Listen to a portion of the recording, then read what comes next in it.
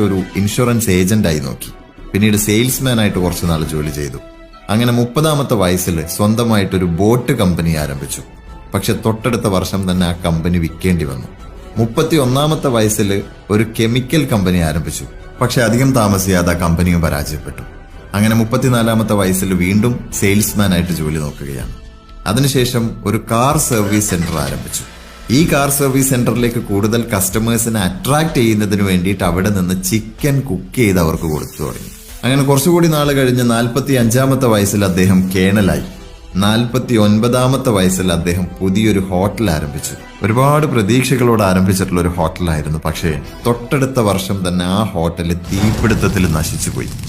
അങ്ങനെ 50-ാമത്തെ വയസ്സിൽ അദ്ദേഹം ഒരു സീക്രട്ട് റെസിപ്പി കണ്ടുപിടിച്ചു. ആ കണ്ടുപിടുത്തം അദ്ദേഹത്തിന്റെ ജീവിതത്തിന്റെ കൂടി സീക്രട്ട് റെസിപ്പിയായിരുന്നു.